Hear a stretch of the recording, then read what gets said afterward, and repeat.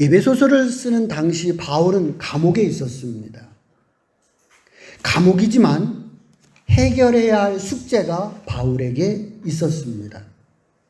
유대교와의 관계입니다. 이제 기독교의 정체성을 분명히 해야 될 시점이 온 겁니다. 지금까지는요, 기독교는 유대교의 한 분파 정도로 이해를 했습니다. 사도 바울을 봐도 그렇습니다. 사도 바울을 보면 안식일에 가서 회당에서 가르쳤죠. 그리고 안식 후 다음날 저녁에 모여서 만찬을 나누며 예배를 드렸습니다. 그러니까 안식일에 바울도 회당에 갔잖아요. 그러니까 명확히 구분이 안 된 거예요, 지금. 근데 이제 사도행전을 보면 바울이 에베소에 있을 때 사역이 기록되어 있습니다. 바울이 에베소에서 있을 때에 안식일마다 회당에 가서 가르치기를 3개월을 했습니다. 그런데 이 회당에서 바울을 거부하는 거예요. 쉽게 얘기하면 회당에서 바울이 쫓겨난 거예요. 그래서 바울은 이때부터 이제 어디로 가느냐 하면 두란노 서원에 가서 가르치는 것을 해가는 거예요. 그러니까 지금까지는 바울이 회당과 교회를 넘나들면서 신앙생활을 해왔는데 이제는 회당에서 거부를 하기 때문에 회당에 갈 수가 없는 거예요. 그래서 이제는 뭔가 바울도 결단을 해야 되는 거예요. 바울은 가장 친유대적인 사람입니다. 먼저 그 사람이 유대인이었고 유대인 중에서도 바리새인 중에 바리새인이라고 자기를 표현하고 있는 아주 친유대적인 성향을 가지고 있는 사람이 바울이었습니다. 그래서 바울은 가장 먼저 유대인들에게 복음을 전했고요. 어디를 가든지 먼저 회당을 찾아가서 그곳에서 말씀을 가르쳤던 사람입니다. 그런데 이제 그 회당에서 쫓겨났습니다. 이제 기독교 혼자 서야 되는, 기독교로서의 자리를 분명히 해야 되는 어떤 정체성을 분명히 해야 될 때가 이제 왔다는 겁니다. 이제 회당에서 쫓겨난 바울 일행이 한자리에 모였습니다. 이제 4장으로 가보겠습니다. 제목을 봅니다. 뭐라고 4장 제목이 되어 있죠? 지금 유대인 기독교죠. 유대인 기독교인들과 이방인 기독교들이 뭐가 됐다는 거예요? 서로 갈등이 있는 거예요. 갈등이 있어서 어떻게 하라는 거예요? 갈등이 있어가지고 나눠지니까 그러면 안 된다. 어떻게 해야 된다? 하나가 돼야 된다는 얘기를 하는 거예요. 이게 왜 하나가 돼야 되느냐? 너희가 하나가 안 된 거예요. 유대인 기독교인과 이방인 기독교인들이 한자리에 모였는데 하나가 안 되고 서로 다른 거예요. 그래서 그러면 안 된다. 우리는 이제 하나가 돼야 된다라고 이야기를 해가고 있는 겁니다. 그래서 이제 에베소서를 쓰면서 교회란 무엇이냐? 우리는 앞으로 교회는 어떻게 가야 되느냐 하는 거에 대해서 바울은 이게 에베소 교회뿐만 아니라 주변에 있는 모든 교회가 회람 이거를 서로 돌려보면서 앞으로 이 교회는 이렇게 가자라고 선언이 담겨 있는 내용이 바로 에베소서다. 그런 얘기입니다. 바울의 선언 몇 가지를 먼저 소개합니다. 교회는 그리스도의 몸이다. 1장 34절에. 교회는 하나님의 성전이다. 2장 10절입니다. 교회는 그리스도의 신부다. 5장 25절입니다. 바울은 에베소서를 통해서 기독교의 정체성, 교회의 방향에 대해서 천명하고 있는 내용이 에베소의 내용입니다. 자, 그러면 교회는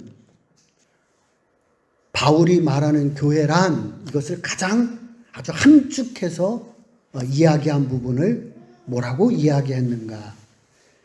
에베소서 1장 22절 23절 말씀 우리 합독하도록 하겠습니다. 에베소서 1장 22절 23절입니다. 우리 함께 읽습니다. 시작. 또 만물을 그 하나님의 교통하게 하시고 그를 만물 위에 그의 머리로 삼으셨느니라.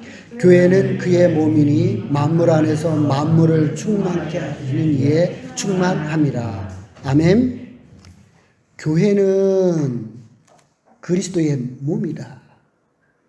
예수님은 그 교회의 머리가 되신다. 우리들은 그 몸을 구성하는 지체들이다. 교회는 건물이 아닙니다. 교회는 예수님을 머리로 하는 그 성도들이 이루고 있는 하나의 공동체다. 그 얘기입니다. 지체들은 머리이신 예수님에 민감해야 합니다. 몸은 머리이신 예수님으로 충만해져야 하는 것입니다. 이것이 교회입니다.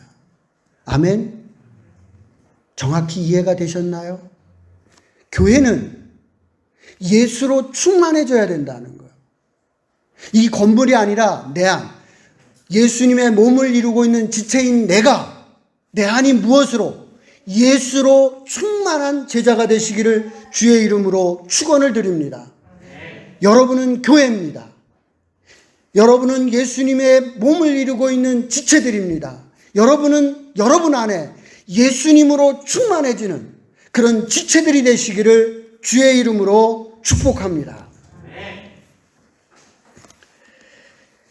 그러면 이제 교회는 회당과 뭐가 다르냐 이거예요. 교회는 회당과 뭐가 다르냐. 갈라디아서에 있는 말씀입니다.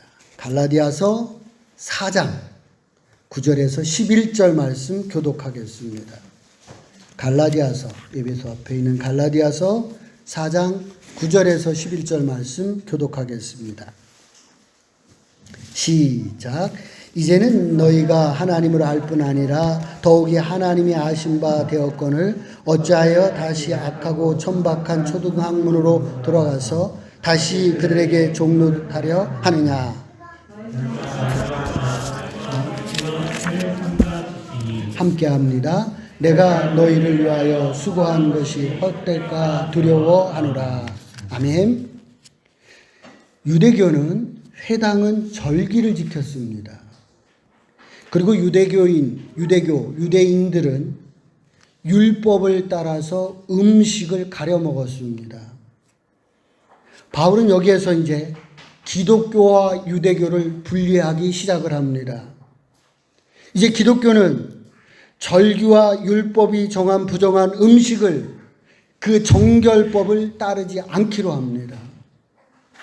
유대교에서 정한 율법이 정한 음식을 유대인들은 자신들이 정한 그 율법에 따라서 그 율법에 정한 음식, 부정한 음식을 먹지 않는 것으로 이방인과 구별했었습니다. 근데 이제 기독교인들은 그렇게 하지 않겠다는 거예요. 기독교는 이제 사도회의를 통해서 유대교의 절기와 정결법을 지키지 않아도 된다고 선언을 했습니다. 그럼 기독교는 뭐냐 이거예요. 이런 절기를 지키지 않고 또 율법이 정한 부정한 음식을 먹어도 되는 그런 기독교인데 그럼 기독교는 뭐냐 이거예요. 기독교는 뭐다? 예수 한 분으로 충분한 교회다. 아멘. 예수 한 분이면 되는 것. 절기를 지키고 율법이 정한 음식을 먹지 않음으로 구별되는 것이 아닌 그저 예수를 믿음으로 구별되어지는 예수 한 분으로 그 성격이 규명되어지는 그것이 기독교다. 바울은 이것을 선언하는 것입니다. 기독교는 무엇을 먹느냐, 먹지 않느냐로 구분되는 것이 아닙니다. 예수를 믿느냐 하는 것으로 구별되는 겁니다. 교회는 오직 예수로 충분한 공동체입니다. 아멘? 우리는 예수 한 분이면 되는 것이고 예수님의 몸을 이루고 있는 지체인 나는 내 안에 예수로 가득하면 그것이 참된 교회가 되는 줄로 믿습니다. 그런 걸로 봐서 초대교회는 절기를 지키지 않았습니다. 그리스도 교회가 그래서 절기를 지키지 않는 겁니다. 왜 그리스도의 교회가 절기를 지키지 않느냐? 초대교회에 이런 것으로 구분되어졌어요. 절기를 우리가 지키지 않는 것으로 구분도려 했어요. 당연히 그랬기 때문에 그리스도의 교회는 절기를 지키지 않습니다. 목회를 하다 보니까 절기가 주는 유익도 있는 것을 보게 됩니다. 그래서 절기를 지키는 교회들을 향해서 저는 비판하지는 않습니다. 중요한 것은 교회는 예수로 충만해야 한다는 사실입니다. 여러분 안에 여러분들이 예수로 충만한 제자의 삶을 살아가기를 주의 이름으로 축복합니다. 예수님으로 가득하고 예수님의 말씀에 따라 움직여가는 그런 지체들이 되기를 주의 이름으로 권면을 드립니다. 그러면 구체적으로 예수의 영이 어떻게 하여서 내 안에 충만해지는 거예요? 구체적으로 예수의 영이 어떻게 해야만 내 안에 충만해질 수 있을까 하는 것을 소개하겠습니다. 에베소서 1장입니다.